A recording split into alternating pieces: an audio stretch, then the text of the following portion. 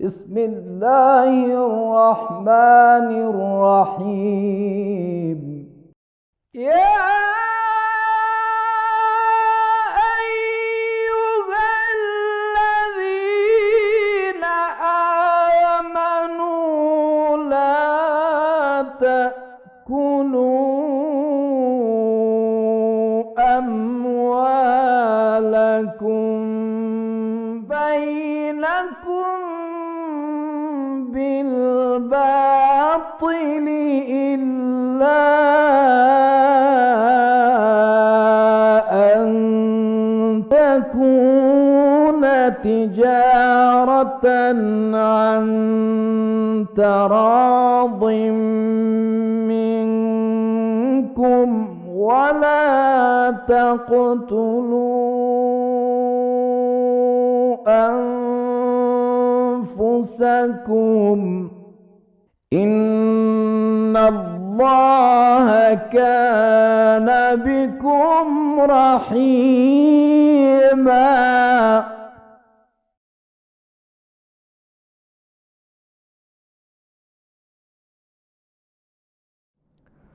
اعوذ باللہ من الشیطان الرجیم. بسم اللہ الرحمن الرحیم. وبہ نستعین وہو خیر ناصر ومعین والحمد للہ رب العالمین. والصلاة والسلام علی محمد وآلہ الطاہرین. اللہم صلی علی محمد وآل محمد. اما بعد. دوستو السلام علیکم. ایک بار پھر ہم آپ کی خدمت میں اپنے پروگرام کو لے کر حاضر ہوئے ہیں. پچھلے پروگرام میں ہم نے سب سے پہلے بیع شرط کے بارے میں گفتگو کی تھی اور اس کے بعد احکام کی ایک اصطلاح یعنی شفعے کے بارے میں بیان کیا تھا اور اس کی شرائط کو آپ کے سامنے بیان کیا تھا. اب یہاں پر ہم جو ہے وہ شفعے کے چند احکام کو آپ کے سامنے بیان کرنا چاہتے ہیں اور اس کے بعد چند ایک مثالیں دیں گے اور اس کے بعد پھر اجارے یعنی کرائے کے سلسلے میں گفتگو ہوگی. سب سے پہلا حکم یہ ہے، جیسا کہ ہم نے شرائط میں بھی اشارہ کیا تھا، کہ ایک شرط یہ ہے کہ شفعے کا حق جو ہے وہ صرف بیچنے کی صورت میں ہے. تو یہاں پر مسئلہ یہ ہے کہ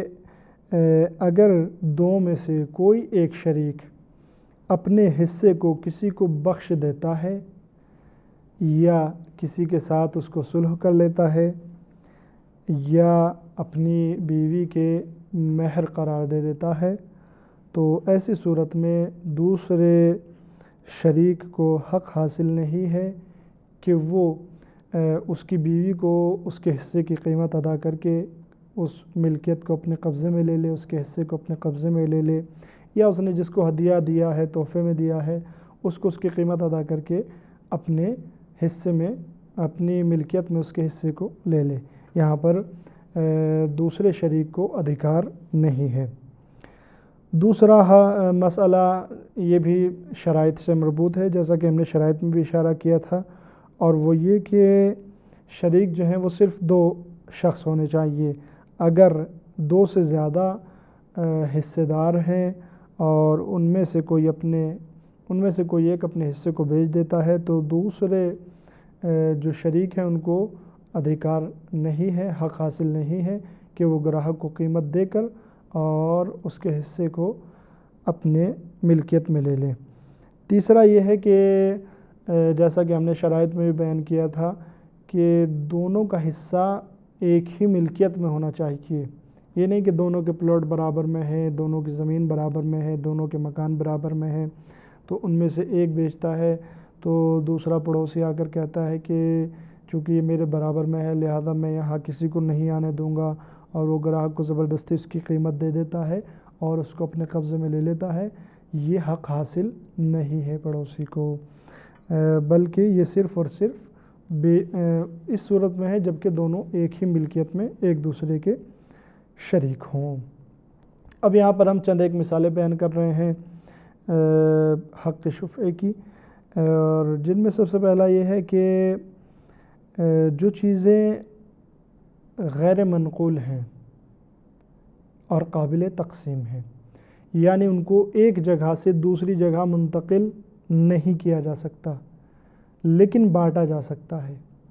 جیسے کہ زمین، مکان اور اسی طرح سے دوسری چیزیں ان کو جو ہے وہ زمین کو بانٹا جا سکتا ہے، اسی طریقے سے جو ہے وہ مکان کو بھی بانٹا جا سکتا ہے، آپس میں باغ وغیرہ ان چیزوں کو بانٹا جا سکتا ہے۔ ایسی چیزوں میں اگر ایک شریک اپنے حق کو بیچ دیتا ہے، اپنے حصے کو بیچ دیتا ہے، تو دوسرا شریک جو ہے وہ گراہک کو پیسے دے کر، قیمت دے کر اور اس سے دوسرے حصے کو لے سکتا ہے اور اپنی ملکیت میں لا سکتا ہے۔ لیکن ایسی چیزیں کہ جو ٹھیک ہے منتقل تو نہیں ہو سکتی ہیں، جیسے باغ، کھیت، مکان، یہ ایک جگہ سے دوسری جگہ نہیں لے جائی جا سکتی، ان کو بانٹا بھی جا سکتا ہے آپس میں۔ دیکھیے پہلی جو ہم بیان کر رہے تھے، پہلی جو ہم نے بیان کی ہے جس میں حق حاصل ہے، ادھیکار حاصل ہے ایک شریک کو کہ وہ دوسرے شریک سے پیسے لے لے، دوسرے شریک کے حصے کو لے سکتا ہے اپنے قبضے میں، اس طریقے سے کہ جس کو اس نے بیچا ہے اس گراہک کو اس کی قیمت ادا کر دے۔ اس میں شرط کیا تھی؟ ایک تو ایک جگہ سے دوسری جگہ منتقل نہ کیا جا سکتا ہو، دوسرے کہ وہ قابل تقسیم ہو، یعنی ان کو بانٹا جا سکتا ہو۔ لیکن یہاں جو دوسری حالت ہم بیان کر رہے ہیں اس میں ایک چیز زیادہ ہے، وہ یہ کہ یہ چیزیں جو ہے وہ غیر منقول بھی ہیں، یعنی ایک جگہ سے دوسری جگہ لے جایا بھی نہیں جا سکتا ہے، دوسرے کے قابل تقسیم بھی بانٹا بھی جا سکتا ہے، لیکن یہاں پر کیفیت بدلی ہوئی ہے، اور وہ یہ کہ ان کو بانٹا جا بھی سکتا ہے اور بانٹ بھی دیا گیا ہے۔ مثال کے طور پر ایک باغ میں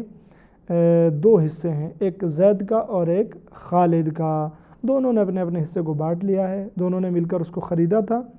یا ان کو وراثت میں ملا تھا، اور کچھ دنوں تک جو ہے وہ کچھ سالوں تک اس کو آپس میں اس کے پھل وغیرہ سے فائدہ اٹھاتے رہے، بیچتے رہے، پیسہ کماتے رہے، لیکن کچھ سالوں کے بعد دونوں نے الگ الگ کر لیا، زید نے اپنا حصہ الگ کر لیا، خالد نے اپنا حصہ الگ کر لیا، دونوں کے حصے معین ہو گئے کہ یہ زید کا ہے اور یہ خالد کا ہے۔ ایسی صورت میں کیا ہے، چاہے باغ ہو، چاہے زمین ہو، چاہے گھر ہو، ایسی صورت میں اگر دونوں اپنے اپنے حصے کو بانٹ چکے ہیں اور معین کر چکے ہیں، چاہے دونوں نے اپنے حصوں کے درمیان کوئی دیوار نہ بنوائی ہو، کوئی نشانی نہ لگائی ہو، لیکن بانٹ چکے ہیں کہ یہ اتنا ادھر کا حصہ میرا ہے اور اتنا حصہ تمہارا ہے، اگر بانٹ چکے ہیں تو پھر ایسی صورت میں جو ہے وہ حق شفعہ کا وجود نہیں ہے، یعنی اگر ایک اپنی ملکیت کو کسی کو بیچ دیتا ہے تو دوسرے کو یہ حق حاصل نہیں ہے کہ وہ زبردستی گراہک کو پیسہ دے کر اور اس گراہک سے دوسرے حصے کو واپس لے کر اپنے قبضے میں لے لے، یہ حق حاصل نہیں ہے۔ کیوں؟ اس لیے کہ اب یہ دونوں ظاہراً شریک نہیں رہے ہیں، چونکہ دونوں نے اپنے اپنے حصے کو بانٹ لیا ہے۔ تیسری صورت یہ ہے کہ ایسی چیزیں ہیں جن میں دو لوگ شریک ہیں کہ جو غیر منقولات ہیں، یعنی ان کو ادھر سے ادھر نہیں کیا جا سکتا، لیکن اسی کے ساتھ ساتھ جو ہے وہ ان کو بانٹا بھی نہیں جا سکتا ہے، غیر قابل تقسیم ہے، یعنی ان کو ٹکڑے ٹکڑے نہیں کیا جا سکتا ہے، نہیں بانٹا جا سکتا ہے۔ جیسے ہم نے پہلے بھی کہا تھا، مثال کے طور پر جو گلیاں آخر میں جا کر بند ہو جاتی ہیں تو ان میں جو آخر میں گھر ہوتے ہیں وہ آمنے سامنے تھوڑی جگہ چھوڑ دیتے ہیں تاکہ آنے جانے کا راستہ رہے، نکال رہے، یا کبھی کبھی جو ہے وہ دہلیز ملی ہوئی ہوتی ہیں دو مکانوں کی، یا دیواریں ملی ہوئی ہوتی ہیں،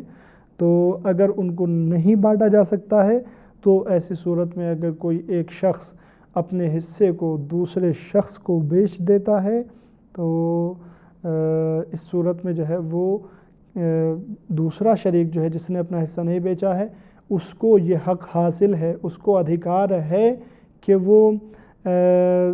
گراہک کو پیسے دے کر اس سے دوسرے حصے کو بھی اپنے قبضے میں لے لے، یہ ادھیکار ہے یا نہیں ہے۔ اس کے سلسلے میں فقہا فرماتے ہیں کہ یہاں پر اس کا حق ثابت نہیں ہے بلکہ محل اشکال ہے، اور اگر وہ چاہتا ہے کہ دوسرے شریک کے حصے کو بھی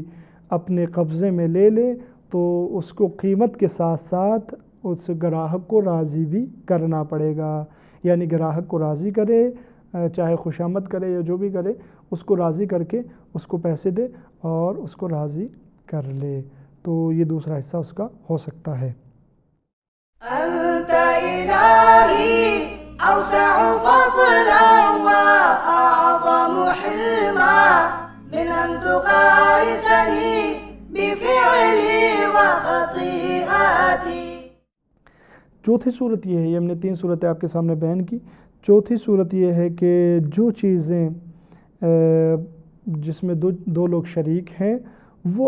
ایسی چیزیں ہیں یا ایسا سامان ہے یا ایسی ملکیت ہے جس کو ایک جگہ سے دوسری جگہ اٹھا کر لے جایا جا سکتا ہے، نقل کیا جا سکتا ہے، ادھر سے ادھر لے جایا جا سکتا ہے۔ مثال کے طور پر گاڑی ہے یا کوئی جانور ہے یا لباس ہے یا گھر کے سامان، فریج کولر وغیرہ یا اور دوسری چیزیں۔ تو ان چیزوں کے بارے میں بھی فقہا فرماتے ہیں، مجتہدین فرماتے ہیں کہ دوسرے شریک کا اگر ایک شریک اپنے حق کو بیچ دیتا ہے، مثال کے طور پر ایک گاڑی 2 لوگوں نے مل کر خریدی، تو چونکہ اس کو حمل و نقل کیا جا سکتا ہے، ادھر سے ادھر لے جایا جا سکتا ہے، یا اسی طریقے سے اور کوئی سامان جس کو ادھر سے ادھر لے جایا جا سکتا ہے، منتقل کیا جا سکتا ہے، اگر 2 لوگ مل کر خریدتے ہیں اور پھر بعد میں ایک شریک اپنے حصے کو بیچ دیتا ہے، تو ایسے صورت میں جو ہے چونکہ یہ حمل و نقل والے ہیں، فقہا فرماتے ہیں کہ دوسرے شریک کو یہ حق حاصل ہے یا نہیں، اس میں جو ہے وہ اشکال ہے۔ فقہا فرماتے ہیں کہ اس کا حق ثابت نہیں ہے، لہذا ایسی صورت میں بھی احتیاط یہ ہے کہ دوسرا شریک اس گراہک کو راضی کرے اور راضی کرنے کے بعد جو ہے وہ اس کی قیمت ادا کرے، تب جا کر یہ اس کو اپنی ملکیت میں لے سکتا ہے۔ پھر ایک بار یہاں پر عرض کر دوں، حق نہیں ہے یا حق ثابت نہیں ہے، اشکال ہے، اس کا مطلب یہ ہے کہ اگر گراہک راضی نہ ہو، گراہک اس کی بات سے موافق نہ ہو، تو یہ اس حصے کو اپنے قبضے میں نہیں لے سکتا، بلکہ گراہک کو راضی کرنا ضروری ہے۔ حق ثابت نہ ہونے کا مطلب یہ ہے، یا اصلاً ادھیکار نہ ہونے کا مطلب یہاں پر یہ ہے۔ دوستو، یہ شفعی کی بحث تھی جو ہم نے آپ کے سامنے بیان کی۔ اب اس کے بعد ہم اجارے کے سلسلے میں مختصر سی گفتگو کریں گے اور پھر پروگرام تمام ہو جائے گا۔ اس کے بعد اگلے پروگرام میں پھر مفصل گفتگو کرائے کے سلسلے میں ہوگی۔ اجارہ، جسے ہم اپنی زبان میں کرایہ کہتے ہیں، اس کا مطلب کیا ہے؟ اس کا مطلب یہ ہے، جیسا کہ آپ سبھی حضرات جانتے ہیں، کہ کوئی انسان اپنی ملکیت کو یا اپنی ملکیت کے منافع کو دوسرے انسان کے اختیار میں دے دے۔ مثال کے طور پر ایک گھر کا فائدہ یہ ہے کہ اس میں انسان رہتا ہے، تو انسان جو ہے وہ اپنے بجائے وہ گھر کو کسی کے اختیار میں دے دے کہ وہ وہاں پر آ کر رہے، یا اپنی جنگل کی زمین کو کسی کے اختیار میں دے دے کہ وہ اس میں کھیتی باڑی کرے اور اس سے جو فائدہ ہو اس کو استعمال کرے، اس سے فائدہ اٹھائے، اور اس کے بدلے میں ماہانہ یا سالانہ اس ملکیت کے بدلے میں مالک کرایہ دار سے کچھ قیمت لے، اس کو کرایہ کہتے ہیں۔ اب کرائے کے لیے دیکھیں، شرعی اعتبار سے چونکہ شریعت کے قوانین کا اور شریعت کے احکام کا انسان کی لمحے لمحے کی زندگی میں دخل ہے، لہذا شریعت جو ہے وہ تمام خرید اور فروخت کے لیے بھی یہی کہتی ہے، باقاعدہ صیغے معین ہیں، بعتو اشتریتو، یعنی جب انسان خریدے تو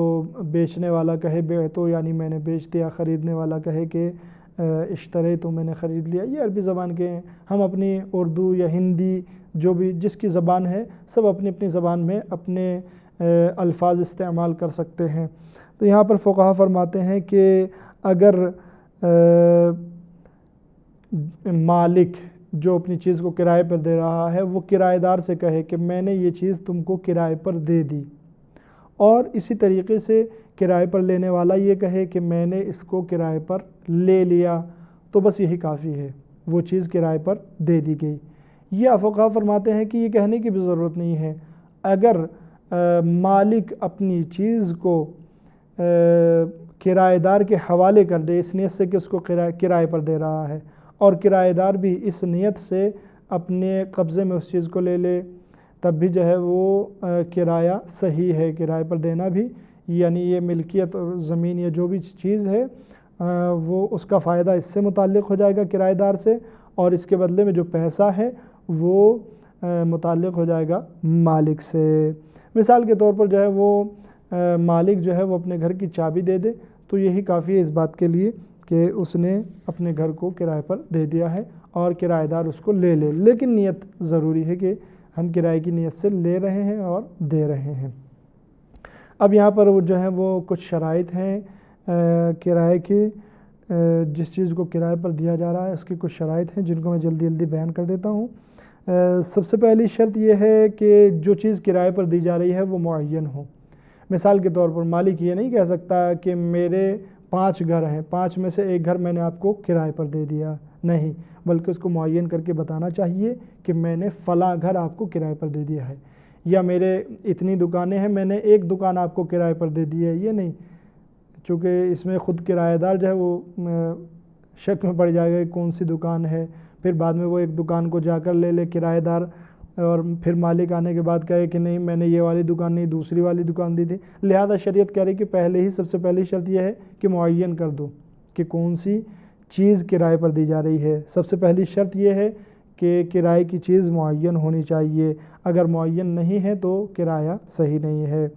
دوسری چیز یہ ہے کہ دوسری شرط یہ ہے کہ جو انسان کرائے پر کسی چیز کو لے رہا ہے وہ اس چیز کو دیکھ لے، یہ نہیں کہ فون اٹھایا فون پر بات ہو گئی کہ بھائی ہمیں ایک دکان یا ایک مکان کرائے پر چاہیے، مکان مالک نے کہا کہ ٹھیک ہے ہم نے آپ کو اپنا مکان کرائے پر دے دیا اور بس یہیں پر بات تمام ہو جائے، نہیں، بلکہ بات طے ہونے سے پہلے، قرارداد سے پہلے، رجسٹری سے پہلے مستاجر یہ کرایہ دار جو ہے وہ جا کر اس چیز کو دیکھ لے اور اس کی کیا کیا خصوصیات ہیں ان کو بھی دیکھ لے۔ تیسری اور آخری شرط یہ ہے کہ جو چیز کرائے پر دی جا رہی ہے وہ ایسی ہو کہ استعمال کرنے سے کم نہ ہوتی ہو، یعنی خود ختم نہ ہو جاتی ہو۔